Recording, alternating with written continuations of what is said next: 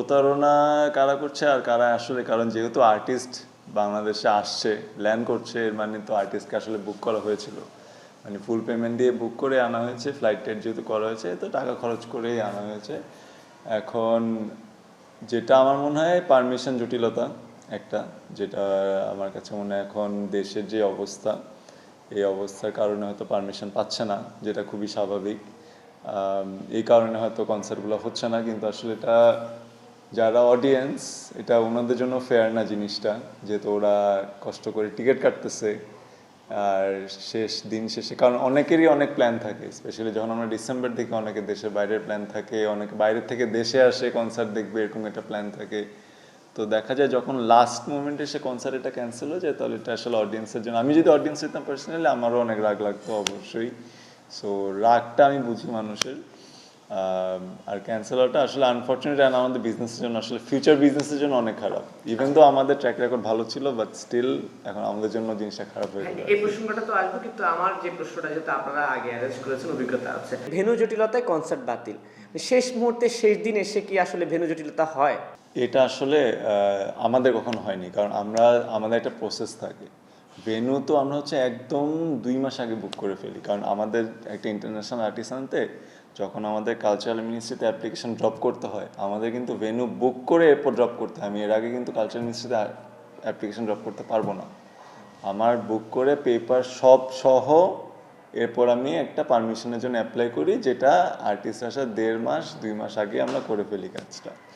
So এখন venue problem নাকি এটা আসলে, এটা যাদের কনসার্টগুলো ক্যান্সেল হচ্ছে ওনারাই আর একটু বেটার বলতে পারবে। বাট ভেন্যু জটিলতাটা আসলে শোয়ের আগের দিন হওয়াটা খুবই, মানে জিনিসটা আসলে আমার কাছে ওরকম মনে হয় না। এটা এখন অন্য কোনো কারণ হতে পারে, পারমিশন যেটা বললাম ওটা কারণ হতে পারে, ভেন্যু জটিলতার কারণ নাকি ওটা আমি আসলে বলতে। আর পারমিশনের প্রসেসটাও কেন আমার আসলে দিন শেষে ইভেন্টের আগের দিন এসে এটা নিয়ে দৌড়াদৌড়ি করতে হয়, আসলে এটাও একটা ব্যাপার। যে কারণ পারমিশনের প্রসেস তো আরও 7-8 দিন 10 দিন আগে শেষ হয়ে যাওয়া উচিত। আমার লাস্ট দিন থাকবে কি আমার ইকুইপমেন্ট সাজানো, ভেন্যু সাজানোর কাজ আমার করা উচিত এই পারমিশন না করে। এখন আমাদের মতে অক্টোবর এবং নভেম্বরের মিড পর্যন্ত আমাদের ইভেন্ট করতে কোনো সমস্যা হয়নি, হয়তো একটু দৌড়াদৌড়ি করতে হয়েছে পারমিশনের জন্য, বাট পারমিশন পেয়েছি আমরা সবসময়, যারা যারা অর্গানাইজ করেছে সবাই পেয়েছে। কারণ আমার মতে যারা যারা এখন এই ডিসেম্বরে ইভেন্ট করছে এরাও আগেও ইভেন্ট করেছে। সো হয়তো অনেকে ইন্টারন্যাশনালি এত নতুন, বাট ইভেন্ট তো করেছে। সো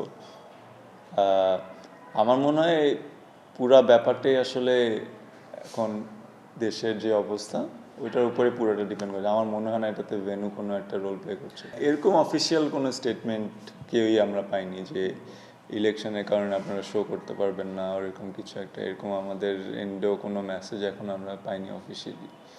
সো এটা আসলে যারা অর্গানাইজার এক্সপিরিয়েন্সড ওদেরই আসলে বোঝা উচিত জিনিসগুলো, যে কি অবস্থায় আমরা একটা শো করতে পারি, অথবা মানুষের কি অবস্থা এখন দেশের, যে আমরা এখন একটা শো করার মেন্টালিটি সবার আছে, শো দেখতে যাওয়ার একটা মেন্টালিটি আছে, একটা অবস্থা আছে, একটা সিকিউর স্পেস আছে যেখানে আমরা ইভেন্ট করতে পারবো নাকি পারবো না। এটা আসলে সবার বুঝে আগানো উচিত। একটা শো এর টিকিট কাটছে, শো এর আগের দিনে এসে শো হচ্ছে না, এরপর অনেকে রিফান্ড পাচ্ছে, অনেকে হয়তো রিফান্ড দিতে দেরি হচ্ছে, অনেকে আবার রিফান্ড পাচ্ছেও না। তো এটা আসলে অর্গানাইজার টু অর্গানাইজার ডিপেন্ড করে কারা রিফান্ড দিচ্ছে কারা দিচ্ছে না। তো আমার কাছে আসলে ওই ইনফরমেশনটা নাই কোন অর্গানাইজার রিফান্ড দিচ্ছে নাকি দিচ্ছে না। বাট এটা আসলে একটা ট্রাস্ট ইস্যু হয়ে দাঁড়াবে অডিয়েন্স, এটা স্বাভাবিক, খুবই স্বাভাবিক। মানে এটা যদি আপনি হন, আমি হই, যে অর্গানাইজার আমরা অডিয়েন্স, আমি 2টা কনসার্টের টিকিট কাটলাম 8,000 টাকা দিয়ে, আমার 8,000 টাকা পুরোটাই চলে গেলো। আর অবশ্যই আমার সাথে আরও মানুষ থাকবে, তো টিকিটের প্রাইস আরও থাকবে, বেশিই থাকবে।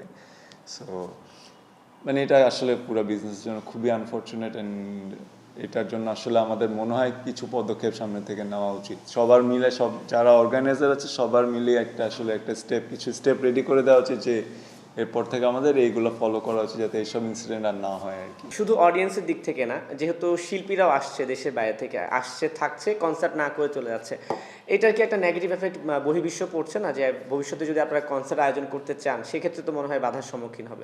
আমার বিজনেসের জন্য খারাপ, অডিয়েন্সের জন্য খারাপ, যে আর্টিস্ট আসছে ওর জন্য খারাপ। মানে ওভারঅল সিনারিওটাই নেই, একদম একটা হজবরল অবস্থা এখন। মানে এটা আমাদের সবার জন্যই আসলে ইম্প্যাক্টটা পড়তেছে। যেটা আমি গতকালকে কয়েকজনের সাথে কথা হচ্ছিল এটা নিয়ে যে এই জিনিসটা যা হচ্ছে ঠিক হচ্ছে না, আর এটা আসলে হয়তো কেউ এখনো রিয়েলাইজ করতেছে না, যারা অর্গানাইজার তারাও হয়তো ওভাবে ক্লিয়ারলি বুঝতেছে না, বাট এটা আসলে কারোর জন্যই ভালো না। সেক্ষেত্রে করণীয় কি হতে পারে বলে আপনি মনে করেন? পদক্ষেপের কথা যদি বলি, এখন আমাদের পুরা পারমিশন প্রসেস আসলে আমরা কখন স্টার্ট করি, 1.5 মাস 2 মাস আগে। আমার মতে এখন থেকে ইন্টারন্যাশনাল আর্টিস্ট যদি আমরা প্ল্যান করি, আমাদের আরও আগেই শুরু করে দেওয়া উচিত। 1, পারমিশন প্রসেস।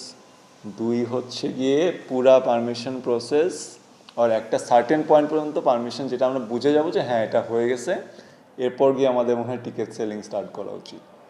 যে আচ্ছা এখন পারমিশন আমার হয়ে গেছে পুরোপুরি, সব স্টেপ ডান, এখন আমি টিকিট সেল স্টার্ট করি। মানে এটা তখনই পসিবল হবে যখন আমি একটা পারমিশন প্রসেস 3 মাস অথবা 4 মাস আগে স্টার্ট করব। তখনই এটা পসিবল হবে যে হ্যাঁ আমি হয়তো 1.5 মাস সময় নিয়ে কনসার্টের প্রমোশন প্লাস টিকিট সেলিং চালাতে পারবো। সো এটা একটা হইতে পারে। আর অডিয়েন্সের জন্য যেটা বলবো, আসলে ইভেন্ট অর্গানাইজার কারা একটু যাচাই বাছাই করে আমার মনে হয় টিকিটস নেওয়া উচিত আর কি। এখন যেহেতু এখন একটা এরকম সিচুয়েশন আসছে, ঠিক আছে,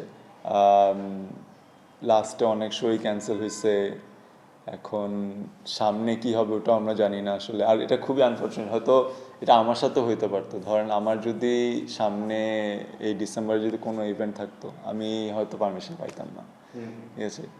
সো ইভেন তো আমার আগের এক্সপিরিয়েন্স আছে, সো আমি হয়তো ওই এক্সপিরিয়েন্সের চিন্তায় আমি হয়তো ডিসেম্বরে কোনো শো প্ল্যান করিই নি আর কি আগের থেকেই, যে হয়তো আমি ডিসেম্বরে কোনো ইন্টারন্যাশনাল আনবো না। সো এটা একটা আর কি, যে একটু যাচাই বাছাই করা উচিত আমাদের টিকিট কাটার আগে একটু। মানে এটা আসলে আমি পুরোপুরি আবার অডিয়েন্সকেও ব্লেম করতে পারবো না। আমরা শুনেছি যে ট্যাক্সের টাকা দাখিল করা হচ্ছে, সবকিছু আয়োজন করা হচ্ছে, কিন্তু শিল্পী না আসলে সেই ট্যাক্সের টাকা তারা ব্যাক পাচ্ছে না, রিফান্ড হচ্ছে না। তো সবকিছু মিলিয়ে কি এই ব্যাপারগুলোকে একটা কারিকুলামের মধ্যে আনা যায় কিনা, এ ব্যাপারে আপনাদের কোনো দাবি আছে কিনা? সব অর্গানাইজাররা মিলে সম্মিলিত হয়ে যদি একটু মিনিস্ট্রির সাথে আমরা যদি কথা বলতে পারি, আমাদের জন্য জিনিসগুলো আরও ইজি হয়ে যেত। যে আমরা এই টাইম স্লটটার মধ্যে আমরা কনসার্ট করতে পারবো, এই টাইম স্লটের বাইরে হয়তো আমরা কনসার্ট করতে পারবো না আর কি। সো এই জিনিসগুলো একটু ক্লিয়ার হতো আর কি। এটা আমাদের, আপনি ভালো কথাই বলেছেন, যে আসলে এটা আমাদেরও উচিত পদক্ষেপটা নেওয়া। অবশ্যই আমাদের পদক্ষেপ নেওয়া উচিত যে বসে ডিসকাস করা মিনিস্ট্রির সাথে, যেহেতু কালচারাল ব্যাপার। সো আমাদের সাথে যারা সংশ্লিষ্ট সবাই মিলে বসে আসলে যদি জিনিসগুলো আমরা আগাতে পারতাম তাহলে খুব ইজি হয় আর কি। এখন এক একজনের এক এক রকম অর্গানাইজিং পয়েন্ট অফ ভিউ থাকতে পারে। এখন আমরা যেমন হচ্ছে গিয়ে অক্টোবরে একটা ইন্টারন্যাশনাল শো করেছিলাম, আমরাও কিন্তু ভেন্যু অ্যানাউন্স করিনি পাবলিকলি, বাট আমাদের প্রত্যেকটা টিকিটেই ভেন্যুর নাম দেওয়া ছিল অ্যান্ড ভেন্যু বুকিং, মানে অ্যাকচুয়াল ভেন্যুর নামই দেওয়া ছিল উইথ লোকেশন। আমরা যারা টিকিট কেটেছিল, এটা আমরা করেছিলাম হয়তো ঝামেলা এড়ানোর জন্য, যেহেতু একটা গেটে ঝামেলা হয় অনেক সময়, দেখা যায় যারা টিকিট কাটেনি ওরা, এই জন্য করেছিলাম। বাট আমরা পুরোপুরি ভেন্যু ডিটেলস আমরা ক্লিয়ার করে নিয়েছিলাম যারা যারা টিকিট কেটেছিল আর কি। আর ওনাদের আসলে কি, আমি আসলে এটা বলতে পারি না যে ওনাদের প্ল্যানিংটা কি আর কি। এখন দেখা যাক, 13 তারিখ তো আর বেশি দিন সময় নেই। সো এখন আমি জানি না ওনাদের পারমিশন প্রসেস এখন কতটুকু, বাট হইলে ভালো, মানে এটা সবার জন্যই ভালো আসলে। কারণ হয়তো এটা যদি হয় তাহলে আমাদের সবার ট্রাস্ট ইস্যুটা একটু ব্যাক করবে আর কি, অডিয়েন্সের এন্ড থেকে।